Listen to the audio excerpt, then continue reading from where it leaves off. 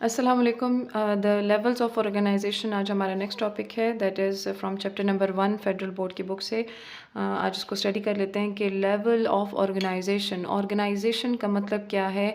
हम कहते हैं कि हमारे पास ऑर्गेनाइज एक चीज़ मौजूद है हमारी बॉडी के अंदर। हर एक सिस्टम बड़ा ऑर्गेनाइज है, तरतीब के साथ बना हुआ है, जिस जो वक्तन फ़वक्तन काम करता है, एक के बाद एक ऑर्गन काम करता है, तो हमारी बॉडी भी प्रॉपरली काम कर रही होती है। ठीक है, तो हम लेवल्स पढ़ेंगे कि किस लेवल से स्टार्ट हो रहा है हमारा जो ऑर्गेनाइजेशन सिस्टम है बॉडी के अंदर।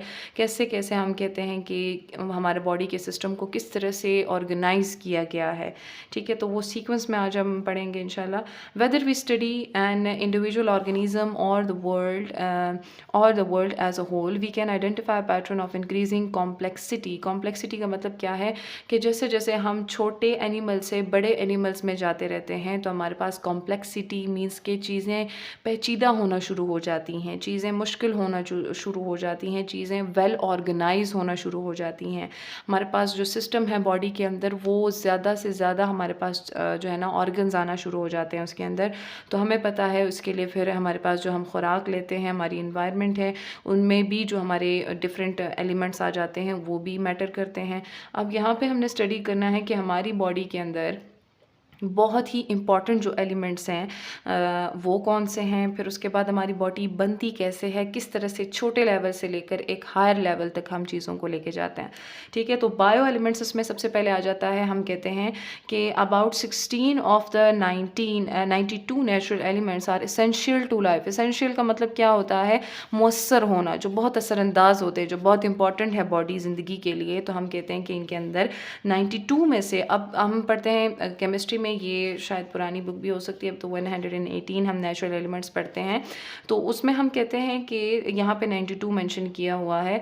तो 92 में से हम कहते हैं पीरियोडिक टेबल में जितने भी एलिमेंट्स हैं, हम ये नहीं कहते कि वो सारे के सारे एलिमेंट्स हमारे बॉडी को बनाने में काम कर रहे हैं।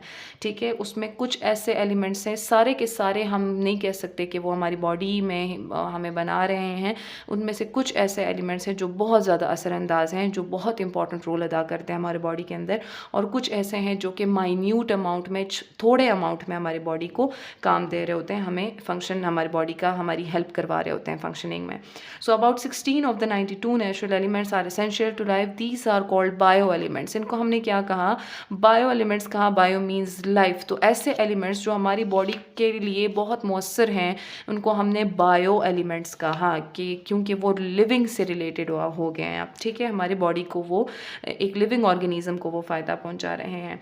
Out of these bio elements only 6 oxygen, carbon, hydrogen, nitrogen, calcium and phosphorus, ये आपको याद करने होंगे। ठीक है, ये शॉर्ट क्वेश्चन में आ जाते हैं फेडरल बोर्ड के अंदर कि बायो एलिमेंट्स में और बायो मॉलिक्यूल्स में क्या फ़र्क है।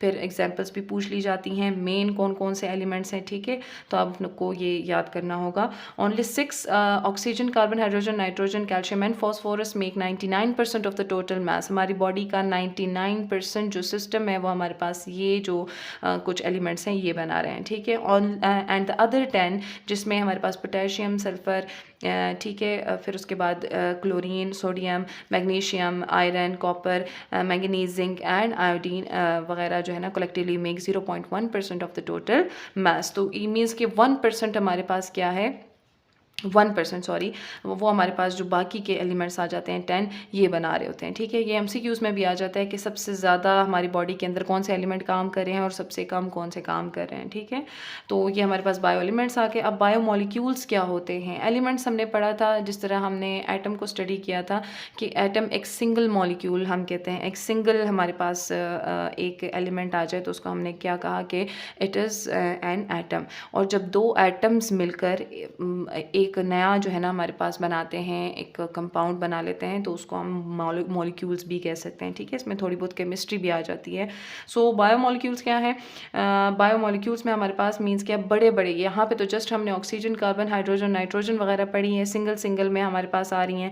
ठीक है, एलिमेंट्स हम पढ़ रहे हैं। ठीक, और जब बायो मॉलिक्यूल्स की बात करेंगे तो मीन्स कि अब ये वाले जो हमारे पास एलिमेंट्स हैं, ये मिलकर अब कोई बड़ा मॉलिक्यूल बनाएंगे जिसको हम बायो मॉलिक्यूल्स कहेंगे, और वो हमारे पास कितनी टाइप्स के हैं वो भी हम स्टडी कर लेते हैं। सो molecules that are found only in the living organism are called biomolecules. ठीक है, ऐसे molecules जो कि सिर्फ और सिर्फ living organism में मौजूद हों तो उनको हमने क्या कहा, they are known as biomolecules. The four fundamental kind of biological molecules are carbohydrates, ठीक है, जिसमें शुगर वगैरह आ जाती है, प्रोटीन्स वगैरह आ जाती हैं, लिपिड्स, ठीक है, एंड न्यूक्लिक एसिड. तो कार्बोहाइड्रेट्स हम अगर आम अल्फाज में कहें शुगर को हम कहते हैं, ठीक है. प्रोटीन्स वगैरह हम किसको कह रहे हैं कि जो हमारी बॉडी के मसल्स में को बनाने में बहुत हेल्पफुल होती है, ठीक है, उसको हमने प्रोटीन्स कहा. फिर लिपिड्स हमारे पास जो घी और फैट्स वगैरह आ जाते हैं. न्यूक्लिक एसिड में हमारे पास डीएनए आरएनए वगैरह आ जाता है, ठीक है. तो इतनी डिटेल वैसे यहाँ पे नहीं है आपकी बुक में, बट ये आपको पता होनी चाहिए कि ये हम किस चीज़ को क्या हैं, ये जो हम पढ़ रहे हैं, थोड़ा बहुत आपको इसका बैकग्राउंड पता होना चाहिए. सो मेन कौन से आगे, carbohydrate, proteins, lipids and nucleic acid. The small biomolecules in the living things are called micromolecules. जो छोटे molecules होंगे उनको micro कहेंगे, जो थोड़े से बड़े हो जाएंगे उनको हम क्या कहेंगे, macromolecules कहेंगे, ठीक है. micro means small and macro means large, ठीक है. तो अब कार्बोहाइड्रेट्स को यहाँ पे थोड़ा सा आपको समझना होगा कि हम कहते हैं कार्बोहाइड्रेट्स, हमने कहा कि किसको बनाती है हमारे पास कार्बोहाइड्रेट्स, ठीक है जी. कार्बोहाइड्रेट्स किससे, इसके कुछ स्मॉल यूनिट्स तो होंगे ना, ठीक है. जिस तरह हमारी बॉडी है, हमारी बॉडी किससे मिलकर बनी है, सेल से मिलकर बनती है, ठीक है. तो इस तरह कार्बोहाइड्रेट है हमारे पास, तो इसको हम कहते हैं कि किससे, इसके अंदर भी स्मॉल यूनिट्स मौजूद हैं जो कि कार्बोहाइड्रेट को एक बड़ा मॉलिक्यूल बना रही है हमारे पास, ठीक है. तो उस स्मॉल यूनिट को हम क्या कहेंगे, शुगर के मॉलिक्यूल्स हैं, ठीक है. तो अब हमारे पास दूसरा क्या आ गया, प्रोटीन्स आ गए, ठीक है. प्रोटीन्स में हम कहते हैं, प्रोटीन्स में हमारे पास क्या आ जाते हैं, इनका जो छोटा स्मॉल यूनिट होगा उसको हम क्या कहेंगे, that would be amino acids, ठीक है. अमाइनो एसिड्स, इसकी पूरी डिटेल आप इंशाल्लाह फर्स्ट ईयर के अंदर इसको पढ़ेंगे. अभी आपको जस्ट पता होना चाहिए अमाइनो एसिड शुगर वगैरह मिलकर कौन कौन से मॉलिक्यूल्स बना रहे हैं, ठीक है. फिर उसके बाद हमारे पास लिपिड्स आ जाते हैं. लिपिड्स का जो स्मॉल यूनिट होता है that is known as fatty acids, ठीक है. और जो हमारे पास लास्ट आ जाता है न्यूक्लिक एसिड में, न्यूक्लिक एसिड्स में आ जाते हैं हमारे पास डीएनए और आरएनए आ जाता है, डीएनए और आरएनए. और ये किससे मिलकर बना होता है, that is made up of, हम कहते हैं जी न्यूक्लियोटाइड्स, ठीक हो गया. ये स्मॉल यूनिट्स आपको पता होने चाहिए कि कौन कौन से स्मॉल यूनिट्स मिलकर हमारे पास क्या बड़े मॉलिक्यूल्स बना रहे होते हैं, ठीक है जी. तो अब आप मुझे बताएंगे कि यहाँ पे जो हमारे पास ये वाला जो मॉलिक्यूल है इसको हम क्या कहेंगे, मैक्रो मॉलिक्यूल कहेंगे, ठीक है. इसको हम कर लेते हैं ब्लैक से, इसको हम कर लेते हैं जी मैक्रो मॉलिक्यूल, ठीक है. और इसको हम क्या कहेंगे, माइक्रो मॉलिक्यूल, ठीक है. माइक्रो मीन्स स्मॉल, ठीक हो गया.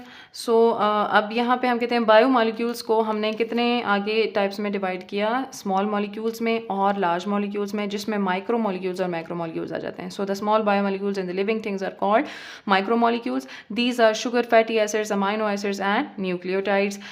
Each of small molecules can be unit of large bio molecules. The large organic molecules are called macro molecules, for example starch, protein, DNA etcetera.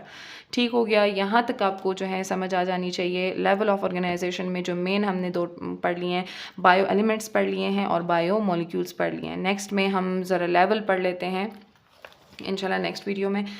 यहाँ तक किसी का कोई क्वेश्चन है तो आप मुझे कमेंट सेक्शन में पूछ सकते हैं. Thank you.